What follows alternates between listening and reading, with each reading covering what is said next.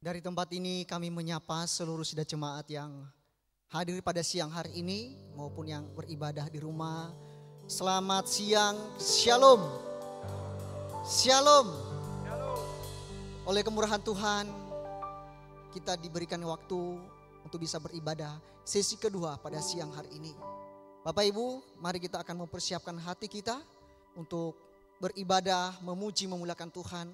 Dan nanti akan mendengarkan firman-Nya. Kita akan menyanyikan pujian, Kuasa-Mu bekerja.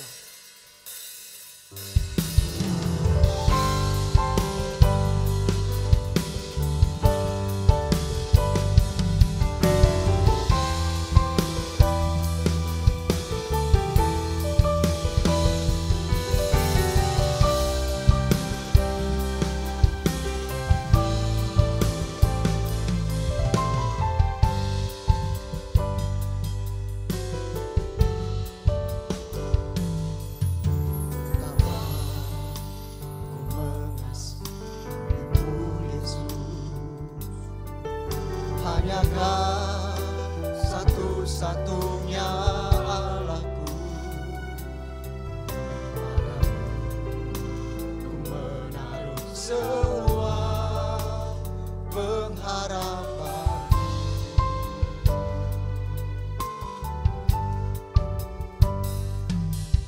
Betapa ku yakin akan janji-Mu,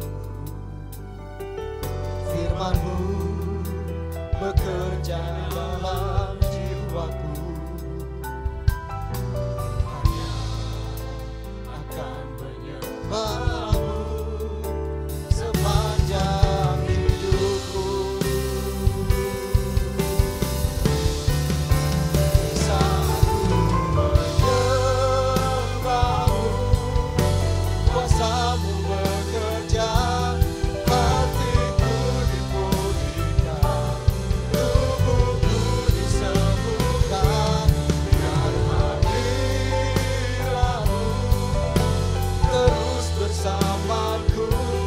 Ku tahu Engkau yang menyembuhkan. Kita akan menyanyikan pujian ini dari awal, dan saya mau kita sama-sama berdiri.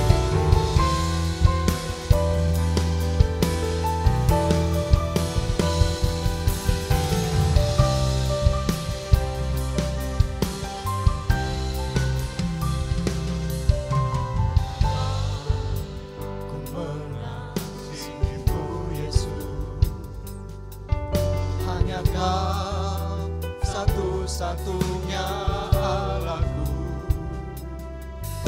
padamu ku menaruh semua pengharapanku.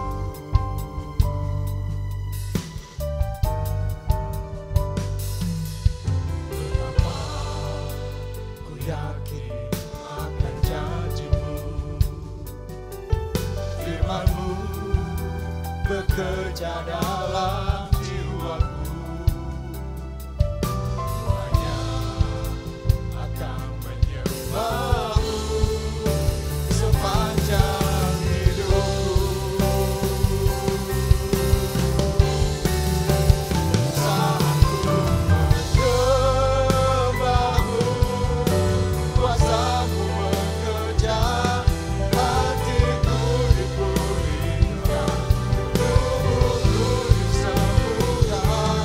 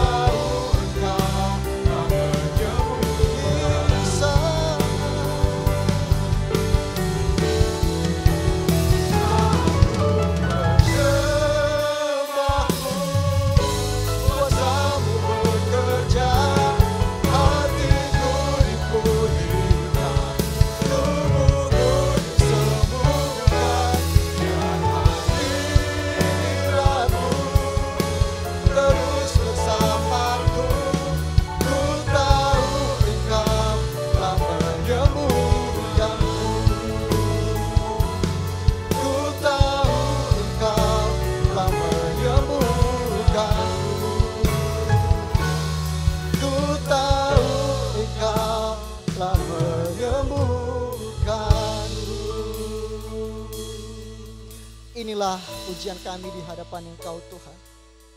Bahwa firman-Mu itulah yang menguatkan hidup kami. Firman-Mu itulah yang memulihkan hidup kami. Firman-Mu itulah yang menolong kehidupan kami. Terima kasih Tuhan. Untuk waktu yang Tuhan sudah berikan bagi kami siang ini. Untuk kami datang beribadah kepada Engkau. Tidak ada Allah yang kami layak sembah di dunia ini Tuhan. Hanya Engkau satu-satunya Allah yang layak disembah. Itulah kami datang membawa pujian kami di hadapan Engkau siang hari ini Tuhan. Untuk bersyukur kepada Engkau atas segala anugerah-Mu bagi hidup kami. Bapa dalam surga, tidak ada yang kami bawa. Hanya hidup kami yang kami bawa kepada Engkau. Kami persembahkan untuk kemuliaan nama Engkau. Pada siang hari ini Tuhan, kami mau untuk beribadah lebih lagi kepada Engkau. Dari awal sampai pada akhir ibadah ini. Kiranya Roh Kudus yang menolong, memberkati seluruh pelayan Tuhan. Bahkan sudah jemaat yang hadir, kiranya Tuhan juga menolong. Terima kasih Bapa, terima kasih. Kalau ada kuasa-kuasa kegelapan yang mengganggu ibadah kami ini dari awal sampai pada akhirnya, kami tolak, kami hancurkan di dalam nama Yesus Kristus. Hanya Roh Kuduslah dan hanya kehadiran-Mu yang hadir di tengah-tengah kami. Itulah yang kami rindukan Tuhan. Terima kasih Bapa, terima kasih. Kami siap untuk melanjutkan pujian kami dan mendengarkan firman-Mu pada siang hari ini. Di dalam nama Tuhan Yesus Kristus kami sudah berdoa dan mengucap syukur. Puji Tuhan. Amin. Masih tetap berdiri Bapak Ibu yang dikasihi Tuhan. Kita tidak ragu lagi karena kita ada di dalam tangan Tuhan yang menyertai kehidupan kita. Tiada aku ragu lagi.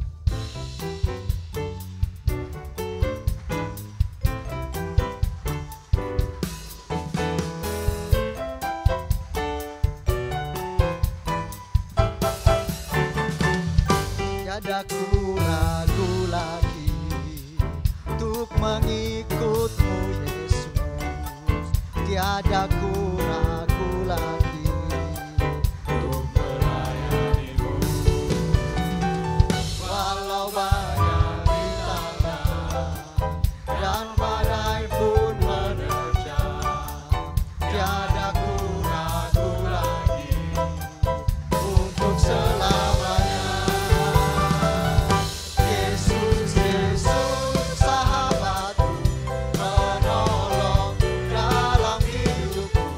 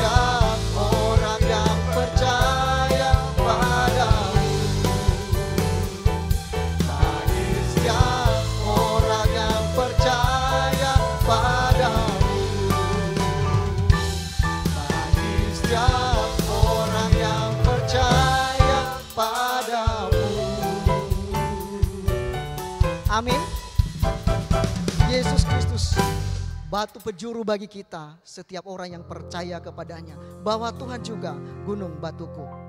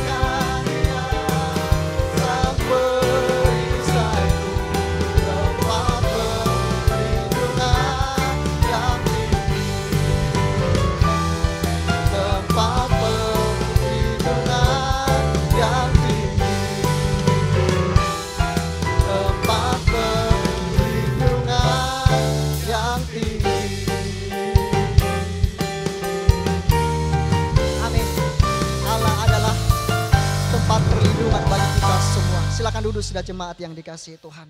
Tiba saatnya diberikan waktu bagi kita untuk memberikan persembahan. Namun sebelumnya kita akan bersatu dalam doa. Bapa dalam surga, kami sudah memuji Engkau. Dan saat ini Tuhan, waktunya bagi kami untuk mengembalikan bagian berkat yang sudah Engkau berikan bagi kami. Kiranya apa yang kami berikan hari ini boleh berkenan di hadapan Tuhan. Dan semua sidang jemaat-Mu yang akan berkorban pada siang hari ini, Tuhan berkati mereka semua. Terima kasih Bapa, di dalam nama-Mu, Tuhan Yesus Kristus, kami sudah berdoa dan mengucap syukur. Amin. Sambil petugas menjalankan tugasnya, kita akan menyanyikan pujian Persembahanku.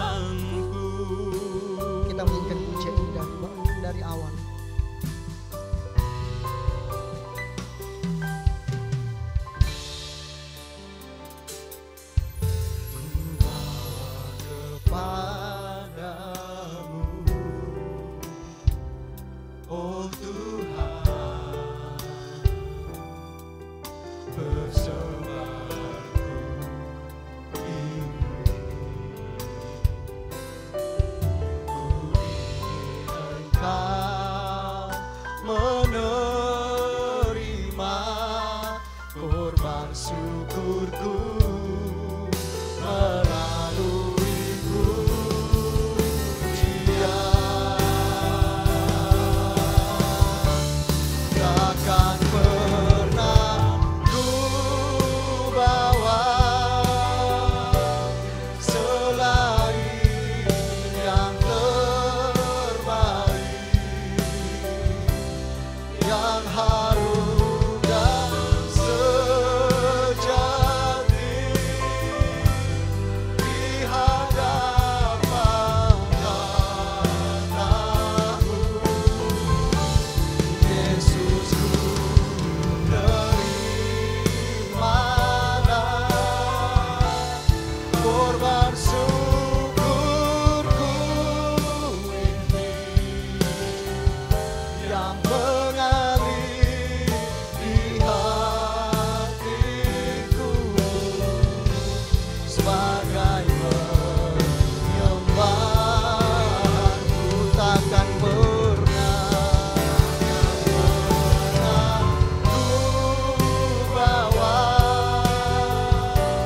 selain yang terbaik, yang harum dan sejati di hadapan tahta Yesus. Terimalah korban syukurku ini yang mengalir di hatiku sebagai penyembahanku, yang mengalir di hatiku, yang mengalir di hatiku sebagai penyembahanku. Tidak ada persembahan yang lebih istimewa selain kita membawa hidup kita untuk dipersembahkan kepada Tuhan. Kita lebih lagi masuk dalam firman Tuhan pada siang hari ini. Saya mengundang Bapak Ibu sekalian untuk berdiri, untuk mempersiapkan hati kita untuk menerima kebenaran firman Tuhan. Tak ku tahu kan hari esok.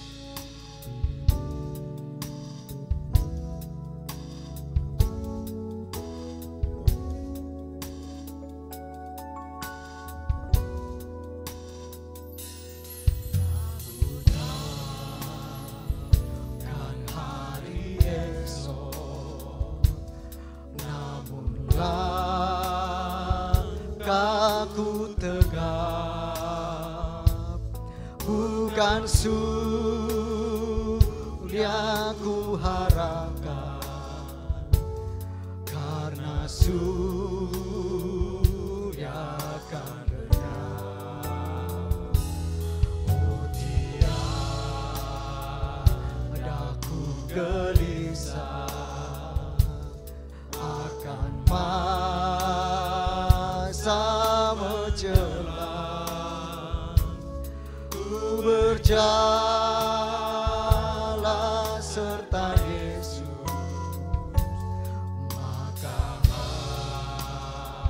hatiku tenang. Banyak hal tak ku pahami dalam masa menjelang, tapi terang bagiku ini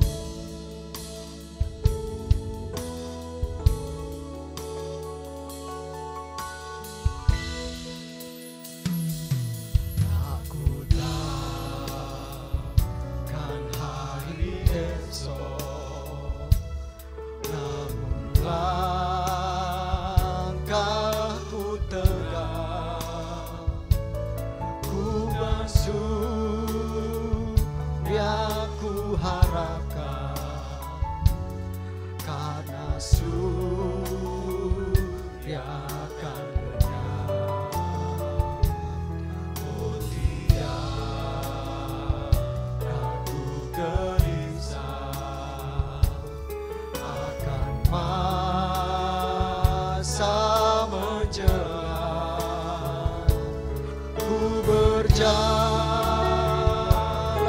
serta Yesus, maka hatiku banyak hal tak ku pahami, mengapa sama jelas,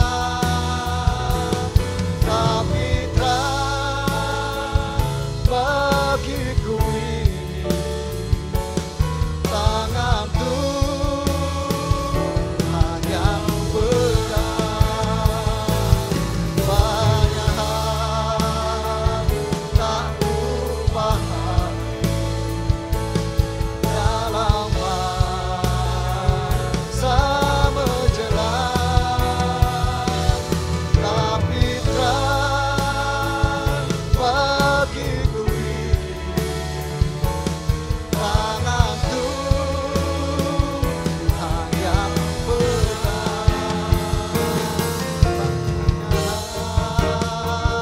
Tak ku pahami. Pelayanan selanjutnya saya serahkan kepada pendeta muda Soekarno Setioso.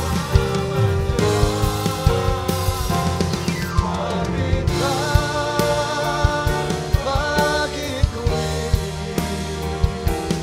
tangan Tuhan yang berat.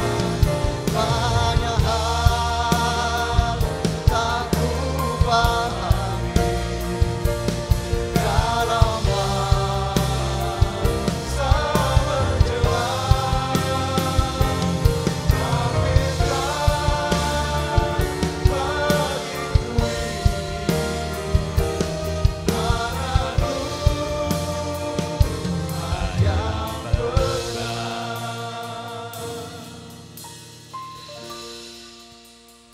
Ya Tuhan, kami hanya mengucapkan syukur bahwa pada siang hari ini Tuhan, kami bisa hadir. Kami tahu Tuhan, semua ini bukan semata-mata karena kemampuan kami. Seperti nyanyian yang baru kami nyanyikan Tuhan. Kami tidak tahu berapa jam ke depan, berapa hari ke depan, tentang masa depan. Tapi kami tahu hanya satu ya Tuhan. Engkau adalah jalan, kebenaran, dan kehidupan Tuhan. Kami percaya pada Engkau saja Tuhan. Engkau sudah memberikan anugerah kepada kami, sehingga kami boleh hadir, kami boleh datang, memuji, menyembah Engkau Tuhan. Kami sudah memuliakan Engkau. Kiranya persembahan kami boleh berbau harum di hadapan Engkau Tuhan, dan berkenan. Kami semua, baik hamba-Mu maupun sidang jemaat-Mu, maupun yang melalui live streaming atau siaran tunda, Kau urapi dengan urapan Roh Kudus, supaya boleh mengerti apa yang menjadi isi hati-Mu melalui firman Tuhan yang akan hamba-Mu sampaikan, supaya kami boleh melakukan semua ini sesuai dengan kehendak-Mu Tuhan. Biarlah semua ini kami bawa hanya di dalam satu nama, Tuhan Yesus Kristus yang hidup. Amin. Silakan duduk semua. Ya.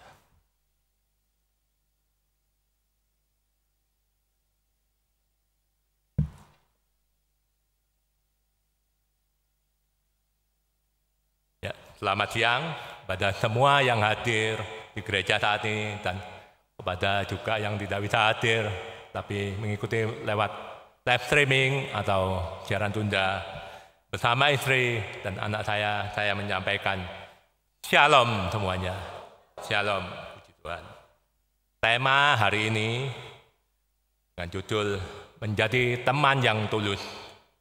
Tadi pagi sesi 1 sudah disampaikan oleh hambanya, Pak Pendeta Muda Budi Abianto.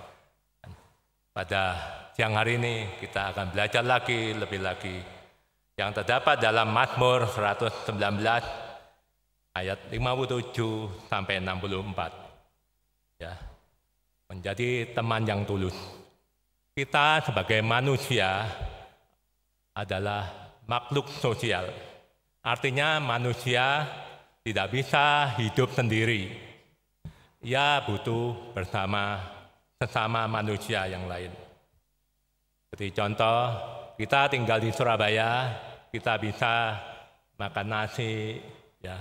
Itu semua karena ada orang yang lain menjual, ada orang lain yang menanam beras.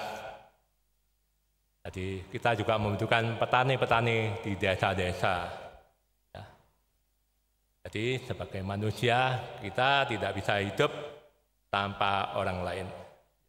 Seperti pada pagi hari ini saya berkhotbah di sini. Saya tidak bisa sendiri saya berkhotbah di sini tanpa membutuhkan ya alat-alat ini yang disiapkan oleh hamba-hambanya yang lain. Atau tadi kita sudah memuji sama tim vokal, pimpinan pujian, semua muji, juga sidang jemaat yang hadir di sini juga berkontribusi supaya kita bisa sama-sama mendengarkan firman Tuhan pada siang hari ini. Ya, jadi juga di dalam firman Tuhan tadi pagi sudah disampaikan dan ini kita ulangi lagi ya. Di dalam Kejadian 2 ayat 18, saya bacakan sendiri. Tuhan Allah berfirman, tidak baik kalau manusia itu seorang diri saja. Aku akan menjadikan penolong baginya yang sepadan dengan dia. Ya. Kalimat tidak baik, manusia seorang diri saja, memiliki pengertian manusia bukan makhluk individu, tetapi makhluk sosial.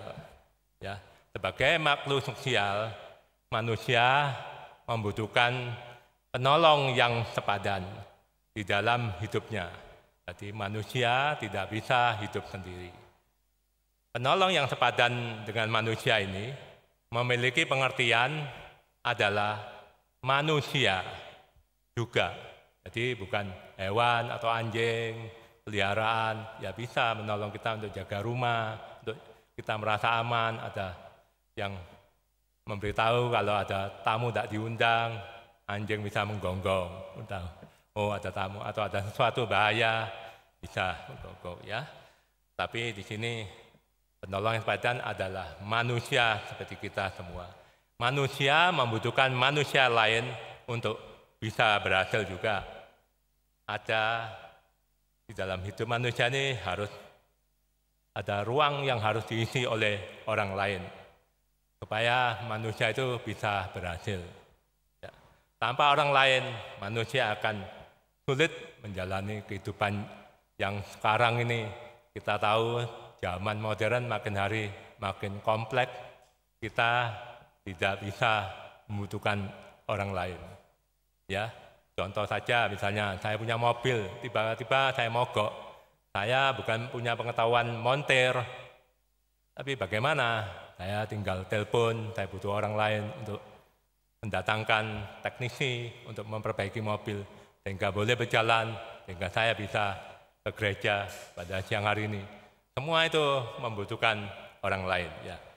Jadi pembacaan ayat di atas tadi itu, di ayat Kejadian 2 ayat 18, itu seringkali kita dengar ya di acara ya, ibadah mau pernikahan ya.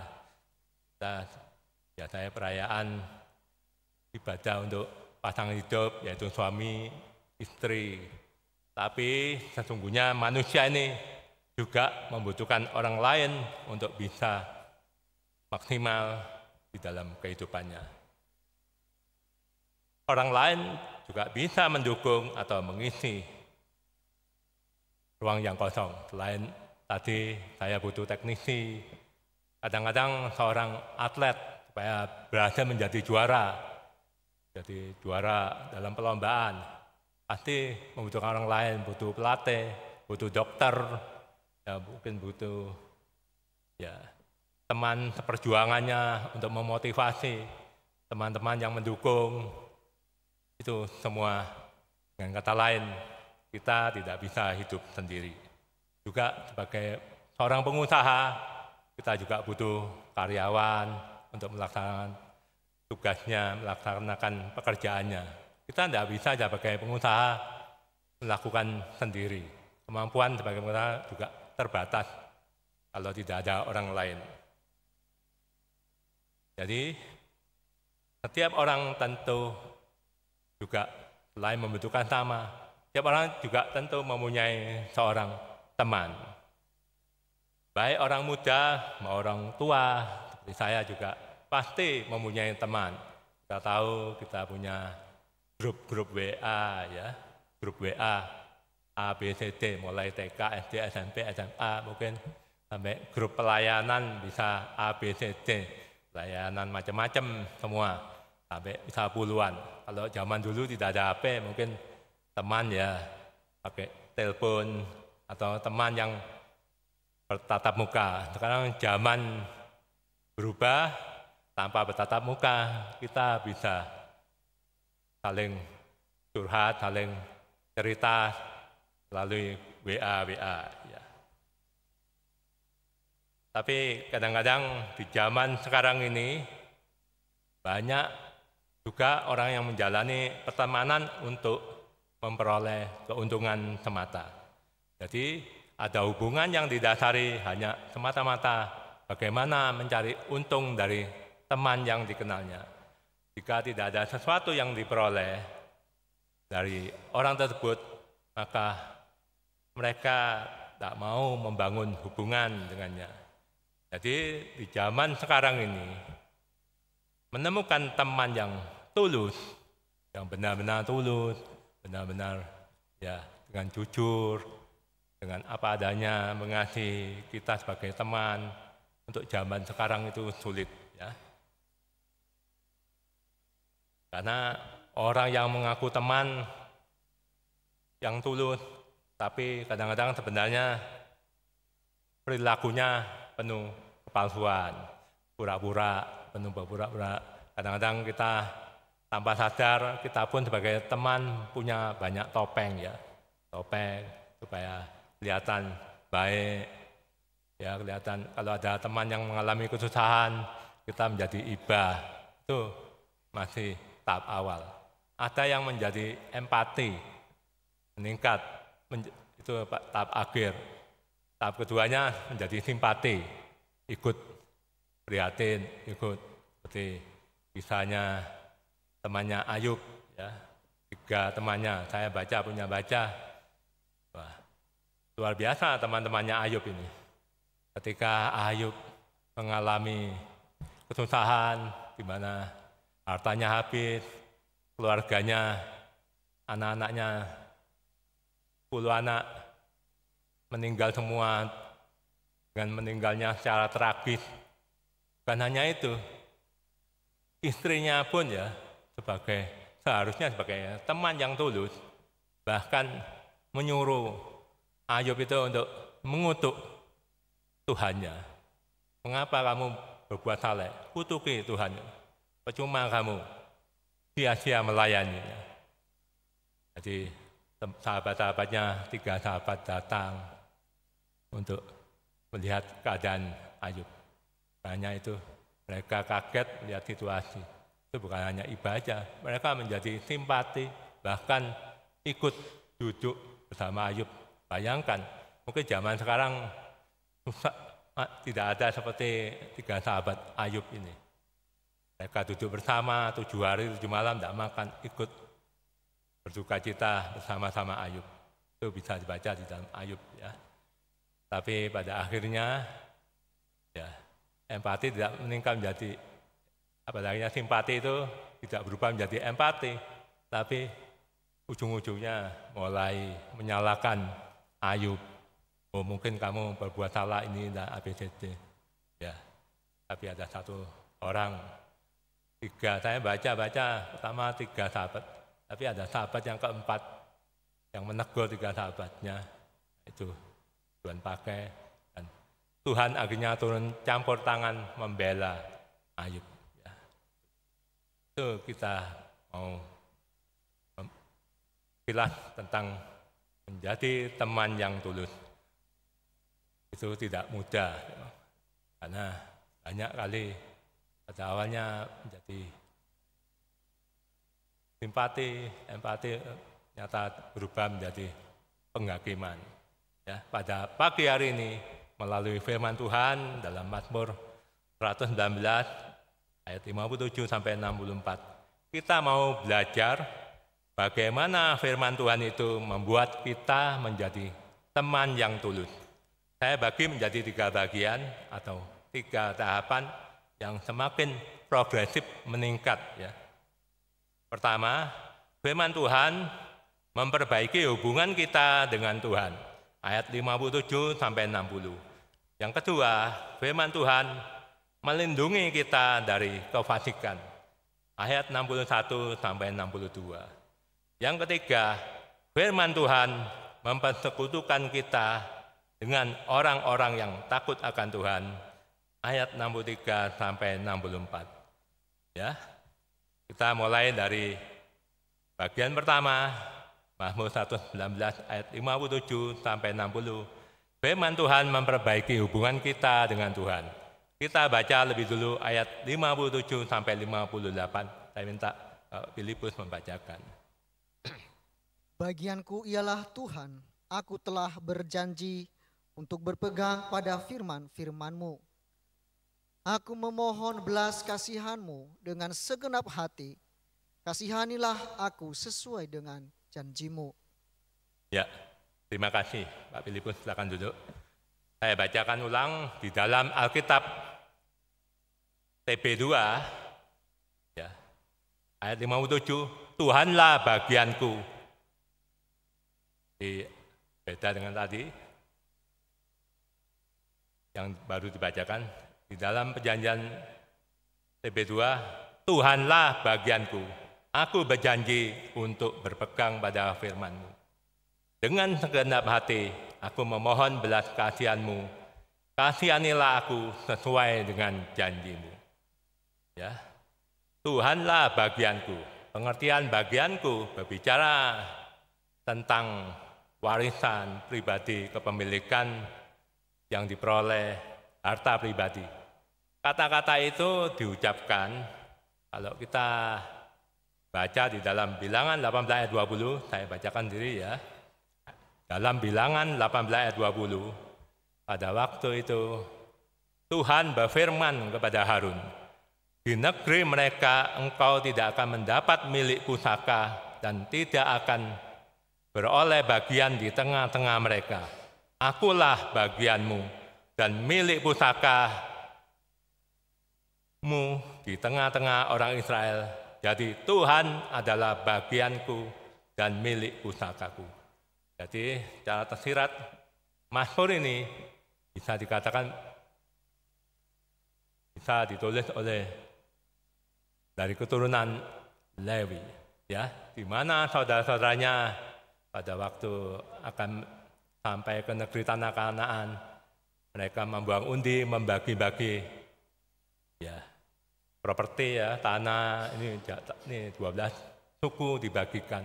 Hanya suku Lewi yang tidak mendapat bagian. Tapi mereka tidak iri hati, mereka percaya pada janji firman Tuhan bahwa Tuhan adalah bagianku dan milik pusakaku. Seperti baru kita menyanyi. Tuhan, baru kita membaca ini, Tuhanlah bagianku. Bukan hanya itu, pemazmur ini menyatakan bahwa aku berjanji untuk berpegang pada firman. Ya. Kalau kita baca di Mazmur 73 ayat 25 sampai 26, itu juga ditulis oleh Imam Lewi ya. Saya bacakan ini, dikatakan ayat 25. Siapa gerangan ada padaku di surga selain engkau? Selain engkau tidak ada yang kuingini di bumi. Ayat 26. Sekalipun dagingku dan hatiku habis lenyap, gunung batuku dan bagianku tetaplah Allah selama-lamanya. Jadi yang diinginkan pemazmur di bumi hanyalah Tuhan. Bagaimana dengan kita? Kalau kita membaca firman ini, apakah kita sama dengan pemazmur ini? Bahwa bagianku adalah Allah selama-lamanya. Ya. Ini saya catat sini ada pepatah, di mana hartamu berada, di situ juga hatimu berada. Apa yang kita paling anggap berharga, disitulah kita taruh fokus hidup kita. Ada orang yang menganggap uang itu yang paling berharga, itu sebabnya mereka rela menghabiskan seluruh hidupnya demi mengejar uang. Mulai pagi-pagi buta, bahkan mungkin mulai mau tidur udah mikir bagaimana mencari uang sebanyak-banyaknya. Kita pun tiba-tiba saya diingatkan ceritanya Tuhan Yesus ya. Bagaimana seorang kaya ini malam-malam berpikir, waduh gudangnya, uang, hartanya sudah penuh dengan uang, tidak cukup ini. Ya, bagaimana nih? Dia mikir-mikir mau bikin gudang lebih besar lagi. Ya, tapi apa kata Tuhan Yesus? Pada hari itu juga, kalau Tuhan panggil, uang itu menjadi sia-sia. Ya, ada juga orang yang menganggap jabatan itu lebih penting dan hidupnya, sehingga dari jabatan itu banyak orang menghalalkan segala cara. Ya, kita juga mendengar tentang Raja Saul menghalalkan cara, menganggap Daud itu menjadi ancaman. Jadi segala cara. Juga ketika diperintahkan oleh Nabi Samuel bahwa dia harus menunggu sebelum mempersembahkan kurban, ternyata dia tidak sabar menunggu, tidak taat. Dia menganggap, waduh Samuel ini, Nabi Samuel kok lambat sekali, tidak datang-datang. Padahal musuhnya sudah sangat mengancam. Ya, itu. Ternyata dia akhirnya mengambil tindakan, dia bakar sendiri. Dan akhirnya ditegur oleh Nabi Samuel. Tapi itu lagi, tidak mau mengaku salah.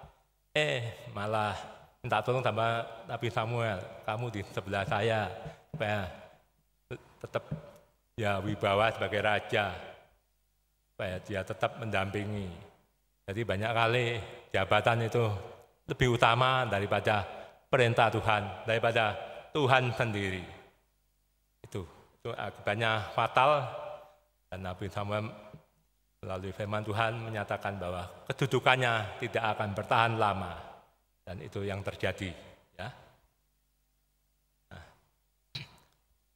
jadi di pagi hari ini pemazmur ini menyatakan bahwa harta yang berharga di dalam hatinya adalah Tuhan, dan pemazmur berjanji untuk berpegang pada firman-firman-Nya dan mentaati perintah-perintahnya. Tadi kita sudah membaca tentang Kejadian 2 bahwa Tuhan menciptakan manusia Adam. Dalam Kejadian 3 kita tahu tentang kejatuhan manusia pertama Adam dan Hawa ke dalam dosa. Hawa diperdaya oleh ular sehingga Adam juga ikut melanggar perintah Tuhan supaya tidak makan buah yang dilarang oleh Tuhan. Kenapa? Karena Hawa tidak fokus lagi kepada Tuhan, dia melihat apa yang dipikirkan, yang dikatakan oleh ular. Dan Adam pun tidak melarang, bahkan dia ikut-ikutan. Dan itulah dampaknya, akhirnya kita pun manusia, termasuk pemazmur, sebagai keturunannya juga mengalami sebagai manusia berdosa.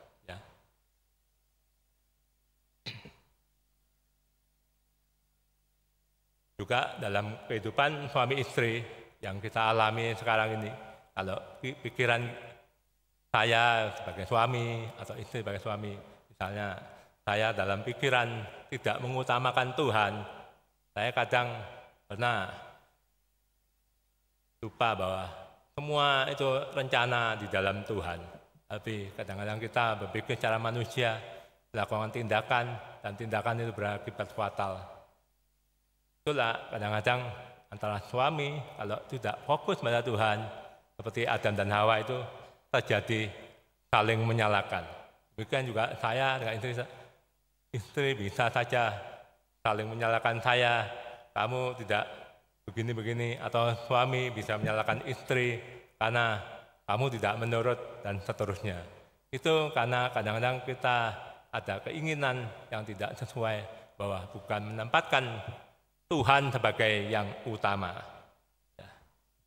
Kita pada pagi hari kita mau belajar bahwa fokusnya kita ini adalah pada Tuhan sebagai harta yang sangat-sangat berharga. Ya. Pemazmur juga di sini dia berjanji, dengan kata lain dia sebagai pemazmur juga pernah ingkar pada janji. Seperti kita tahu bahwa Musa sudah menulis di dalam Ulangan tentang janji berkat, janji untuk kutukan. Tapi kita tahu sejarah membuktikan bahwa begitu baru keluar dari Mesir, karena nunggu Musa yang tidak turun-turun, mereka sudah lupa pada pertolongan Tuhan. Mereka membuat patung lembu emas, mereka menyembahnya. Itu yang dialami. Masuk orang-orang Lewi di sini. Harun juga keturunan Lewi, ya, pelanggar. Jadi pada pagi hari ini kita boleh mendengar bahwa pemazmur berjanji bahwa dia akan memegang firman-firman-Nya. Juga di dalam ayat 58 dia menyatakan dengan segenap hati pemazmur memohon belas kasihan. Dia tahu sebagai manusia dia tidak luput ingkar janji. Hanya Tuhan Allah saja yang tidak pernah lupa akan janjinya. Dan bukan hanya itu saja, pemazmur menyatakan dalam ayat 59-60. Silakan Bapak Filipus membaca. Aku memikirkan jalan-jalan hidupku dan melangkahkan kakiku menuju peringatan-peringatan-Mu. Aku bersegera dan tidak berlambat-lambat untuk berpegang pada perintah-perintah-Mu. Ya, terima kasih. Ya, kalau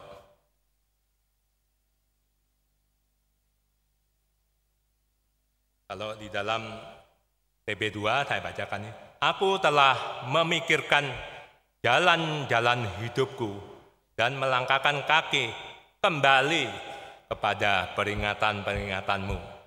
Jadi ketika pemazmur memikirkan, merancang dan menjalani kehidupannya, ternyata ada yang tidak sesuai dengan firman Tuhan. Pemazmur mengarahkan kembali kepada peringatan-peringatan Tuhan.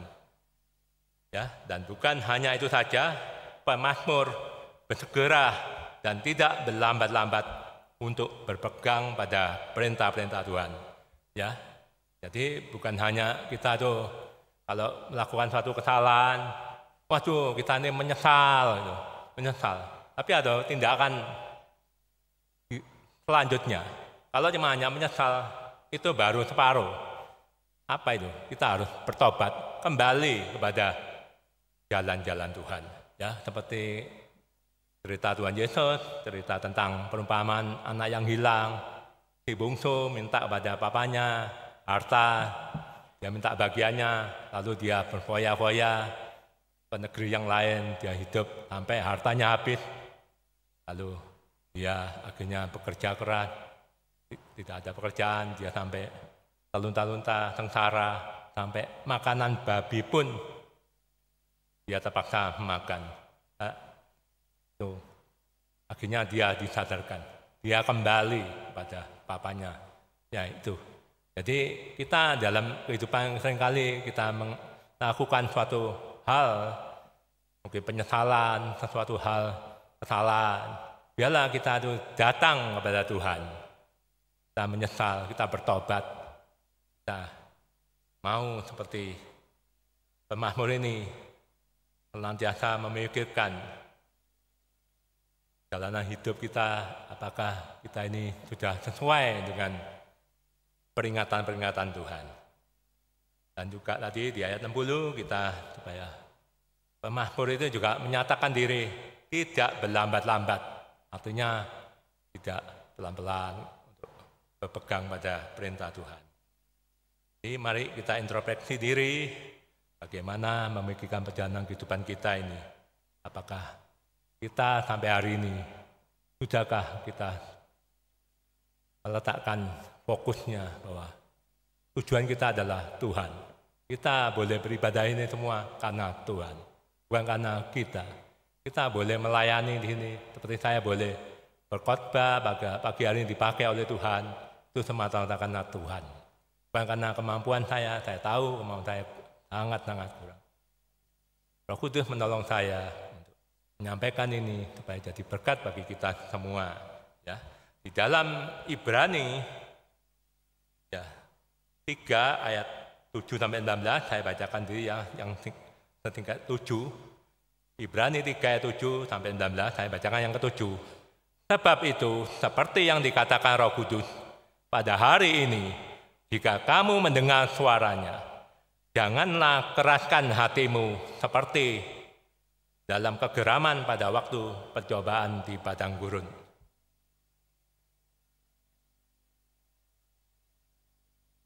Jadi jangan menunda-nunda kalau Tuhan memanggil kita. Mari kita harus bergegas kepada firman-firman-Nya. Di ayat ke-14 katakan, karena kita telah beroleh bagian di dalam Kristus. Kita tahu kita sebagai bukan orang Israel. Kita mungkin mikir, wah ini untuk orang Israel. Tapi di sini kita boleh membaca, karena kita telah beroleh bagian di dalam Kristus, asal saja kita teguh berpegang sampai kepada akhirnya, pada keyakinan iman kita yang semula. Jadi mari kita pastikan juga yang pertama bahwa firman Tuhan hari ini sudah memperbaiki hubungan kita dengan Tuhan. Seperti pemazmur menyatakan, Tuhan adalah bagianku, dengan menempatkan Tuhan sebagai prioritas yang utama. Bukan hanya itu saja, kita belajar untuk mengasihi Tuhan dengan sungguh-sungguh dan tulus. Dan kita mau belajar menuruti segala perintah-perintah Tuhan. Sekarang kita menginjak pada bagian kedua, meningkat di Mazmur 119 ayat 61-62. Firman Tuhan melindungi kita dari kewasikan.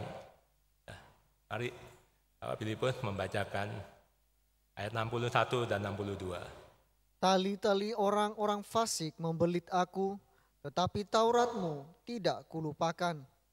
Tengah malam aku bangun untuk bersyukur kepadamu atas hukum-hukum-Mu yang adil. Ya, terima kasih. Kalau kita membaca ayat 61, tali-tali orang fasik membelit aku. Saya membayangkan seperti orang yang diikat itu, dibelit itu seperti ular membelit kita, badan kita diikat semua, tidak bisa bergerak. Ya, itu pemazmur ini sebagai kiasan bahwa metafora ini bagaikan pemazmur itu di dalam perangkap memburu. Kalau kita akan pemburu kalau ingin menangkap buruannya, dia membuat perangkap, itu ada binatang yang masuk dalam, maka dia akan terperangkap dan tidak bisa melepaskan diri. Jadi pemazmur ini seperti seorang yang diburu, dikejar, ditangkap dan dijerat oleh rencana jahat dan perbuatan jahat. Tapi pemazmur tidak membiarkan keadaan yang membelit ini membuat dia lupa Tuhan. Ya, itu dia tetap menyatakan bahwa Tauratmu tak kulupakan. Tauratmu bisa berarti pengajaran. Dia tidak lupa akan pengajaran-pengajaran yang sudah diterima oleh Tuhan. Kita pun di sini bukan pertama kali kita beribadah. Di masa-masa yang lalu kita juga beribadah. Kita bisa ibadah Minggu, doa, dan Jumat. Ibadah tentang pengajaran tabernakel. Kita banyak belajar tentang iman, percaya, tentang pengharapan, tentang kasih Tuhan. Itu seperti yang dialami oleh pemazmur juga. di dalam keadaan sulit, rasanya tidak ada pertolongan, cara logika manusia sulit melepaskan diri, tapi dia dengan yakin, dia tetap percaya pada Taurat Tuhan.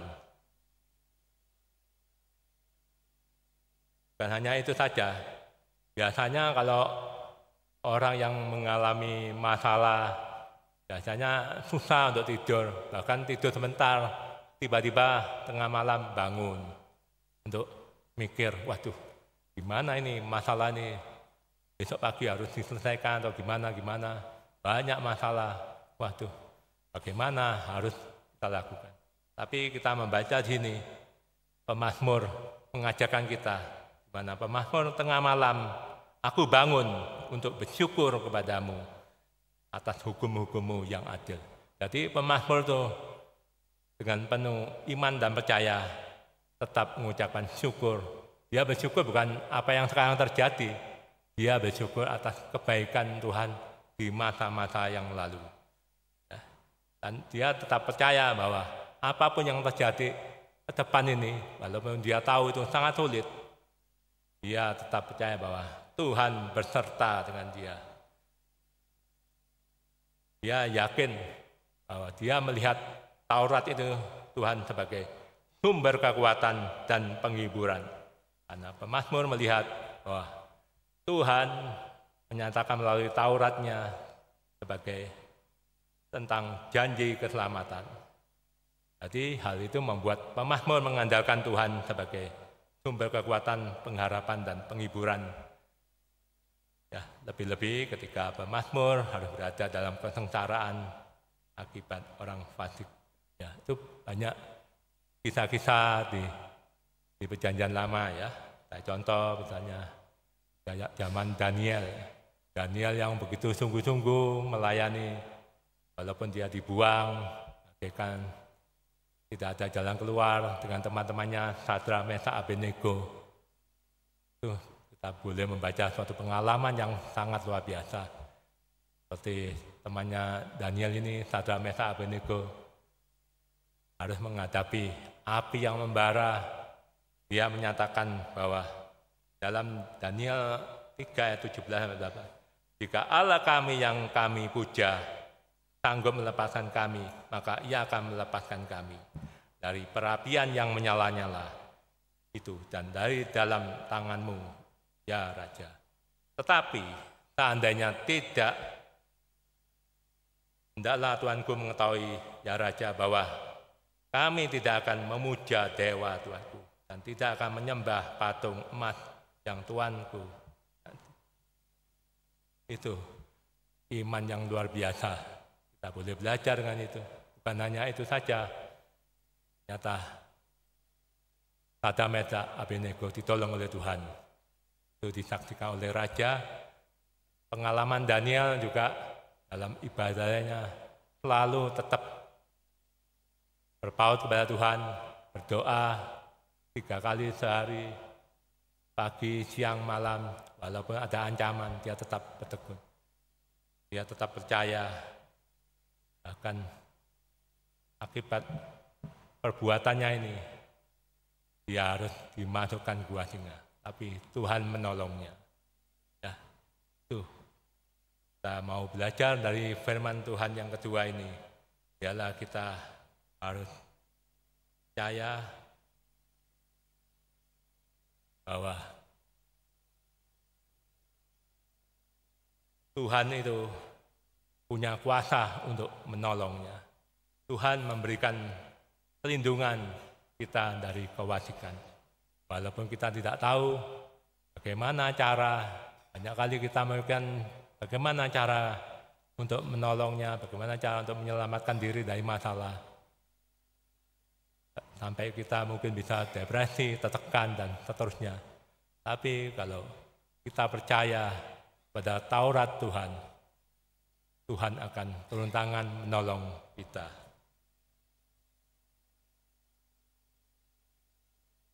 Seperti yang boleh kita baca di dalam Ibrani 13 ayat 15, saya bacakan di sini.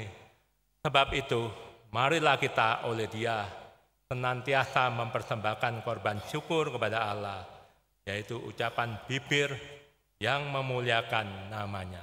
Ya, kita mau belajar, apapun kondisi keadaan kita mau belajar memuliakan nama Tuhan.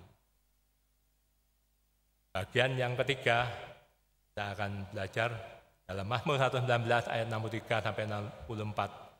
Firman Tuhan mempersekutukan kita dengan orang-orang yang takut akan Tuhan.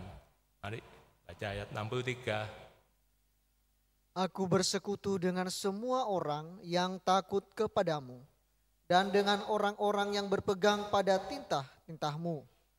Bumi penuh kasih setiamu, ya Tuhan, ajarkanlah ketetapan-ketetapanmu kepadaku. Ya, terima kasih.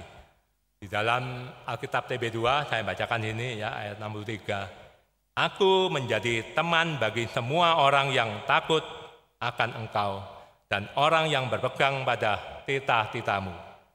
Ayat 64. Bumi penuh dengan kasih setiamu, ya Tuhan. Ajarilah aku ketetapan-ketetapanmu. Ini ayat yang terakhir. Luar biasa. Pemazmur masih tetap mau belajar tentang firman-firman Tuhan. Pemazmur bertekad untuk menghindari, untuk tidak menjadi teman yang tidak tulus dan orang-orang yang tidak takut pada Tuhan. Jadi dia menghindari orang-orang yang tidak takut kepada Tuhan dan tidak berpegang pada titah-titah Tuhan. Seperti dalam 1 Korintus 15 ayat 33, janganlah kamu sesat, pergaulan yang buruk merusakkan kebiasaan yang baik. Nah, ini mengajarkan kita untuk berhati-hati di dalam pergaulan dengan orang-orang lain. Saya juga punya pengalaman ya, bukan pengalaman saya. Anak saya yang ketiga pernah cerita pada kami, apa mamanya, bahwa dia punya teman-teman di Ciputra dulu, ya, kelompok besar dulu di grup WA. Ternyata di dalam kelompok teman-temannya di grup WA itu, ternyata ada yang orang-orangnya suka dugem, ya, kehidupan malam, suka merokok, minum-minuman keras. Ada juga teman-temannya yang lain tidak suka. Ternyata suatu hari temannya satunya orang yang boleh dipakai oleh Tuhan, mengajak Timothy, nah, teman-teman yang tidak suka ini memisahkan diri. Itu saya boleh mendengar, saya boleh bersyukur. Karena saya tahu Timothy pun bercerita bahwa sebagai anak, dia kadang-kadang mudah untuk tergoda karena dia orangnya tidak suka menolak. Dia orangnya ya setia kawan, teman, temannya aja maksudnya baik, tapi puji Tuhan, Tuhan sudah memakai temannya untuk memisahkan. Jadi grupnya, WA-nya jadi terpisah, dan boleh belajar, dan boleh sekolah dengan benar, menjadikan nilainya terbaik, dipakai Tuhan. Sekarang juga sudah bekerja di luar negeri. Saya tetap ingatkan bahwa Tuhanlah menjadi penolong dalam menyertai dalam kehidupan sehari-hari, walaupun jauh dari orang tua, ialah kamu berpegang pada Tuhan. Ya. Nah, di dalam Amsal 18 ayat 24, kita baca ada teman yang mendatangkan kecelakaan, tetapi ada juga sahabat lebih karib daripada seorang saudara. Kita juga bisa belajar dari kisahnya Daud dengan Yonatan, di mana Yonatan membela Daud walaupun ayahnya Raja Saul ingin membunuhnya. Kita tahu bahwa Daud itu benar, dia menganggap Daud itu sebagai dirinya sendiri, dia mengasihi seperti dirinya sendiri. Itu seorang teman yang tulus. Bahkan bukannya itu saja, Daud mengikat perjanjian persaudaraan dengan Yonatan. Yonatan mengikat perjanjian dengan Daud. Ia mengasihi seperti dirinya sendiri. Ya, di sini juga Rasul Paulus juga menulis dalam Roma 5 ayat 7 sampai 8. Silakan Pak Filipus membaca ya. Roma 5 ayat 7 sampai 8. Sebab tidak mudah seorang mau mati untuk orang yang benar, tetapi mungkin untuk orang yang baik ada orang yang berani mati. Akan tetapi Allah menunjukkan kasih-Nya kepada kita oleh karena Kristus telah mati untuk kita ketika kita masih berdosa. Ya, itu. Terima kasih.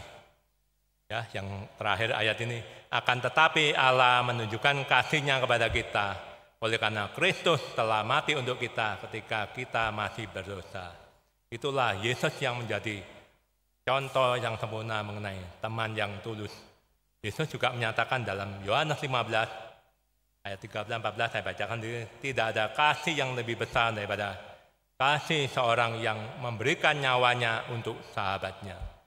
Kamu adalah sahabatku.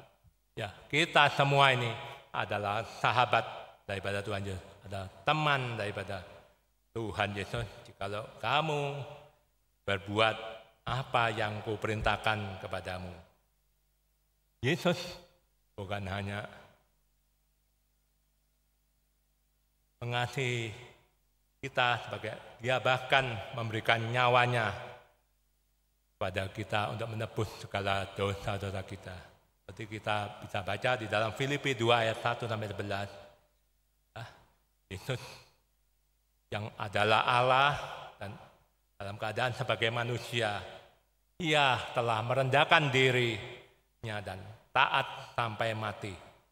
Taat pada firman Tuhan, taat kepada Allah Bapa. Kadang kata taat itu pada Allah itu susah. Saya pun pernah mengalami pada waktu kecil, tiba-tiba saya diingatkan, saya waktu kecil itu kalau sore kebetulan ya kalau musim layangan itu, padahal ayah saya memberitahu kalau sore jangan main panas-panas, kalau enggak akan dihukum. Di tesnya kepala saya dipegang, waduh ini panas, berarti jemur-jemur ini, main layangan di lapangan terbuka panas-panas. Saya bilang ya, tapi pelanggar dan akhirnya dihukum. Nah itu untuk ketaatan yang sederhana aja kita manusia seringkali gagal. Tapi ini luar biasa, Yesus sebagai anak Allah yang hidup, Dia tidak mempertahankan kedudukannya sebagai Allah juga. Dia mau rela menjadi sama dengan manusia. Dia merendahkan dirinya, ya, rela mati di kayu salib untuk menebus segala dosa. Maka di ayat Filipi 2 ayat 9 sampai 11, itulah sebabnya Allah sangat meninggikan Dia dan mengaruniakan kepadanya nama di atas segala nama, supaya dalam nama Yesus bertekuk lutut segala yang ada di langit dan yang ada di atas bumi dan yang ada di bawah bumi, dan segala lidah mengaku Yesus Kristus adalah Tuhan bagi kemuliaan Allah Bapa. Ya, seperti pemazmur yang sudah menulis di dalam ayat 64 bahwa bumi penuh dengan kasih setiamu ya Tuhan. Ajarilah aku ketetapan-ketetapan. Artinya bagian ketiga ini firman Tuhan mempersekutukan kita dengan orang-orang yang takut akan Tuhan. Seperti bumi ini akan penuh dengan kesaksian tentang kasih setia Tuhan. Seperti perintah Yesus sebelum naik ke surga di dalam Matius 28, 18-20, saya bacakan ini. Kepadaku telah diberikan segala kuasa di surga dan di bumi. Karena itu, pergilah, jadikanlah semua bangsa muridku, dan baptislah mereka dalam nama Bapa dan Anak dan Roh Kudus. Dan ajarilah mereka melakukan segala sesuatu yang kuperintahkan kepadamu, dan ketahuilah, aku menyertai kamu senantiasa sampai kepada akhir zaman. Ya, ini perintah wasiat dari Tuhan Yesus sebelum meninggalkan bumi dan nanti akan datang kembali ke bumi untuk menjemput kita semua. Kita mau belajar untuk taat pada perintah Tuhan adalah seperti Tuhan Yesus yang sudah rela mati di kayu salib untuk menebus dosa kita dan menjadikan kita sebagai teman yang tulus atau sahabatnya asal kita taat pada perintahnya dan menempatkan Tuhan adalah bagianku sebagai prioritas yang utama. Percaya Tuhan melindungi kita dari kewasikan dan percaya bahwa Tuhan akan menyertai kita. Baru kita baca menyertai kita sampai kesudahan zaman ya. Dan supaya kita boleh menjadi teman yang tulus bagi orang-orang yang takut akan Tuhan dan berpegang pada cita-citanya. Sehingga bumi ini penuh kemuliaan Tuhan dan segala lidah mengaku bahwa Yesus Kristus adalah Tuhan bagi kemuliaan Allah Bapa. Amin. Tuhan memberkati kita. Ya. Mari kita menyanyikan lagu Indah Bersamamu. Saya minta tolong backing vokal untuk bantu mempersiapkan, membantu menyanyi. Hanya dekat Allahku, rasa tenang hatiku. Ya, kita mau menyanyikan hanya dekat. Tuhan itu adalah bagianku. Kita percaya bahwa Tuhan menyertai jalan kita sepanjang hidup kita. Dalam Tuhan ada kekuatan baru. Ya, mari nyanyi. Indah bersamamu. Vokal menyanyikan.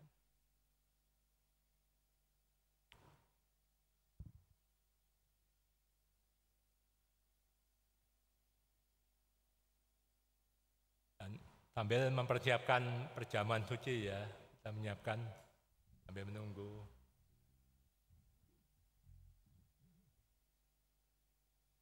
Hanya dekat Allahku. Rasa tenang hatiku, kau sertai jalanku sepanjang hidupku. Hanya dekat padamu ada kekuatan baru. Kaulah pelindunganku, keselamatan.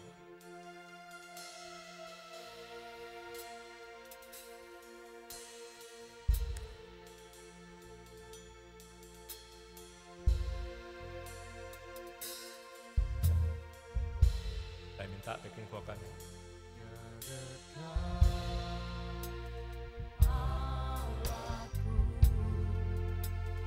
Rasa tenang hatiku, Kau sertai jalan, kau sertai jalan panjang hidupku. panjang hidupku.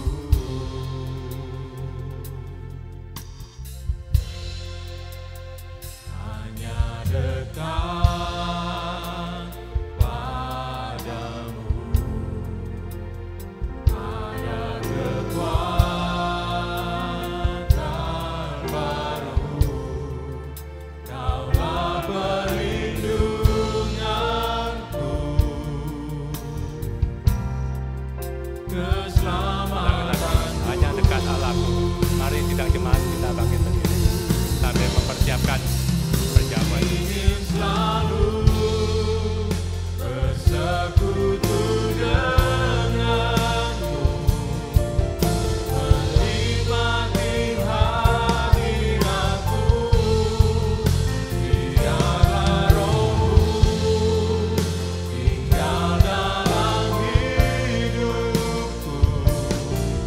Sungguh indah Yang berdua ingin selalu betul-betul kita angkat. ingin selalu bersekutu denganmu, menikmati hadiratmu. Biarlah Roh-Mu tinggal dalam hidupku.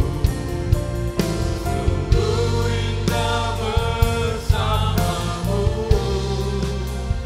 selamanya. Mari, layan saya mempersiapkan diri, kita angkat roti ini yang adalah tubuh Kristus. Mari kita mendengar firman Tuhan. Sebab apa yang telah aku teruskan kepadamu, telah aku terima dari Tuhan, yaitu bahwa Tuhan Yesus pada malam waktu ia diserahkan, mengambil roti, dan sesudah itu ia mengucap syukur atasnya. Ia memecah-mecahkannya dan berkata, inilah tubuhku yang diserahkan bagi kamu. Perbuatlah ini menjadi peringatan akan aku. Yang percaya, mari kita katakan, makan bersama-sama. Dalam nama Tuhan Yesus. Amin.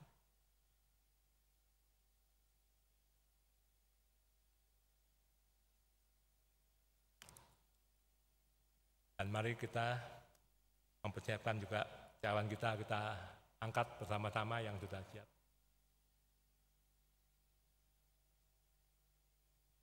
Demikian juga ia mengambil cawan sesudah makan, lalu berkata, cawan ini adalah perjanjian baru yang dimeteraikan oleh darahku. Perbuatlah ini setiap kali kamu meminumnya, menjadi peringatan akan aku.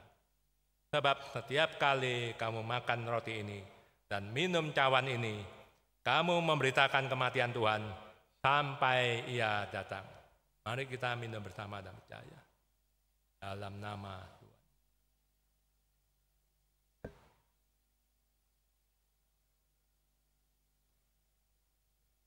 Ya, kita akan menyanyikan lagu Tuhan Yesus Setia. Kita sudah mendengar firman Tuhan di mana Tuhan Yesus sudah setia, taat pada perintah Allah Bapa dalam mati untuk menebus kita. Kita menyanyikan lagu Tuhan Yesus Setia, dan saya minta Bapak Pendeta Muda Agus Mulyono untuk mendoakan kita doa syafaat. Dia sahabat kita. Dia sahabat kita. Dalam segala susahku selalu mengingat. Dalam segala susahku selalu menghiburku. Dia mengerti bahasa tetesan air mata.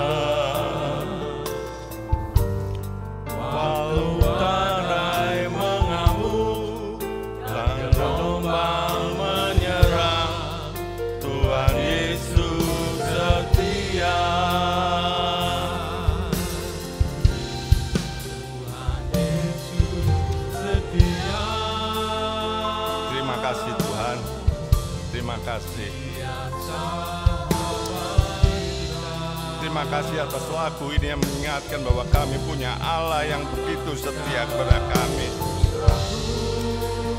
Allah yang begitu tulus mencintai kami, sehingga dia mempersembahkan satu-satunya anak kemuliaannya, anak yang dia sayangi bagi kita semua. Tuhan,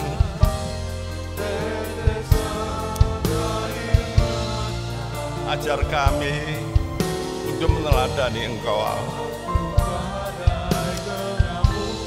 Engkau tahu segala kelemahan kami, tapi Engkau hadir di setiap kelemahan kami, memberi kami kekuatan untuk meneladani Engkau, Tuhan. Terima kasih atas firman-Mu pada pagi hari ini yang mengingatkan kami untuk kami bisa berlaku sebagai seorang sahabat yang tulus pada sesama kami. Biarlah semua yang kami lakukan ini semua hanya datang daripada kasih-Mu, karena kasih-Mu adalah satu-satunya ketulusan yang sempurna di dalam dunia ini, Tuhan. Terima kasih, terima kasih. Terima kasih Tuhan, kiranya Engkau memberkati hamba-Mu Bapak Pendeta Muda Soekarjo Sutioso. Engkau memberkati kehidupannya, khususnya pelayanannya Kau memberi hikmat yang bertambah-tambah dalam kehidupannya untuk menjadi berkat bagi semua, bagi keluarganya, bagi kami jemaat-Mu Tuhan. Terima kasih atas sesi 2 yang begitu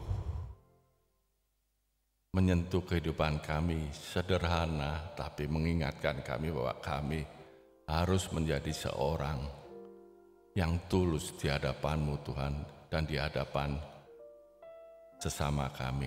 Terima kasih Tuhan, terima kasih atas berkat-Mu, terima kasih atas semuanya ini. Ucapan syukur kami ini hanya kami alaskan di dalam satu nama, yaitu Tuhan Yesus Kristus. Amin.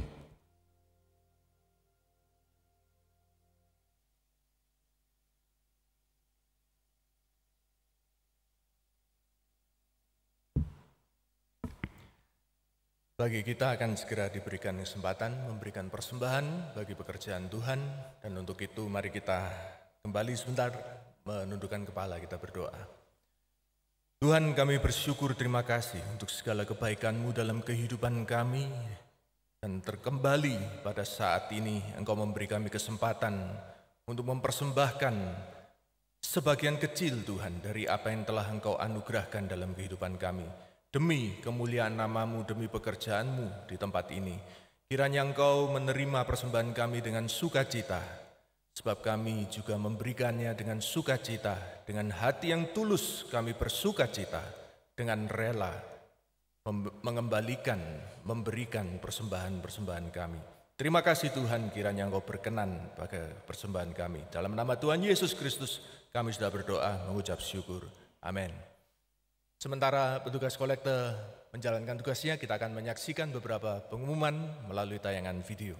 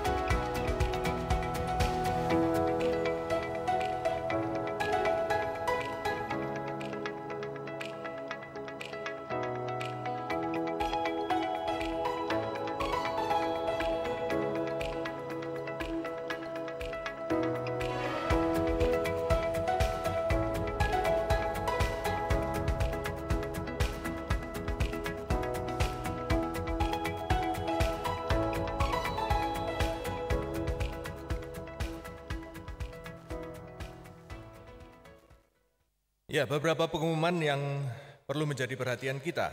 Yang pertama dari tim bendahara GKGA mengingatkan bahwa pertanggal 1 Januari 2024 nomor rekening gereja telah berubah seperti yang ditayangkan tadi. Untuk persepuluhan di rekening BCA atas nama Gereja Kristus Gembala Surabaya, GPT Kristus Gembala Surabaya. Sementara untuk persembahan kolekte atas nama GPT Kristus Ajaib Surabaya. Dua nomor rekening tersebut sudah dilengkapi dengan kris, sehingga yang sudah ditempel pada kursi-kursi jemaat, sehingga dapat digunakan untuk menyalurkan persembahan dan persepuluhan Bapak Ibu Saudara. Apabila ada pertanyaan atau konfirmasi transfer, membutuhkan konfirmasi transfer, dapat menghubungi tim bendahara GKGA pada nomor WA 0823 3999 9070. Yang kedua adalah mengenai acara wisuda dari Setia. Setia dengan penuh sukacita mengundang segenap sidang jemaat GKGA untuk menghadiri acara wisuda 2025 dengan tema Living as Instruments of Righteousness yang akan diadakan pada hari Sabtu 25 Januari 2025. Di Gereja Lemah Putro, di tempat ini, jam 9 pagi sampai dengan selesainya.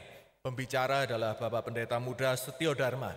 Bagi sidang jemaat yang akan hadir, diharapkan atau diwajibkan untuk mendaftar terlebih dahulu agar penyediaan konsumsi dapat dilaksanakan dengan baik. Paling lambat pendaftaran adalah hari Senin, besok tanggal 20 Januari 2025, melalui link Google Form atau kontak WA yang sudah dibagikan melalui WA call center GKGA. Yang ketiga adalah pemeriksaan mata gratis akan diadakan di tempat ini pada hari Sabtu 1 Februari 2025 mulai pukul 8 sampai jam 11. Bertempat di tempat ini Gereja Kristus Gembala Lemah Putro 1 nomor 18 terbuka untuk seluruh jemaat dengan syarat memiliki BPJS atau Kartu Indonesia Sehat atau KIS. Demikian pengumuman kita pada siang hari ini. Mari kita sekalian bangkit berdiri untuk doa berkat oleh Bapak Pendeta Muda Soekarjo Setioso.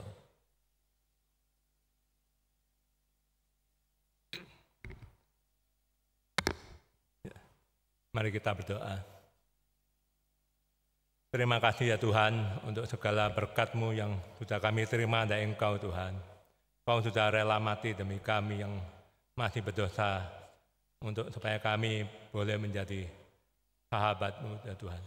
Kami mau menjadi teman yang tulus bagi orang-orang lain yang masih membutuhkan pertolongan-Mu Tuhan.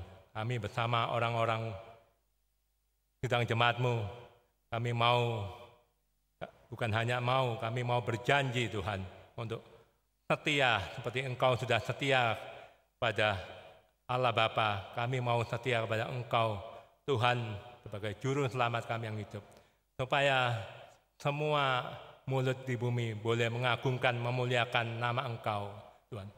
Terima kasih Tuhan, kiranya Kau berkati setiap rencana pelayanan-pelayanan ke depan, setiap acara, juga apapun ibadah yang akan dilaksanakan ke depan, kiranya semua itu kembali untuk kemuliaan nama-Mu saja Tuhan.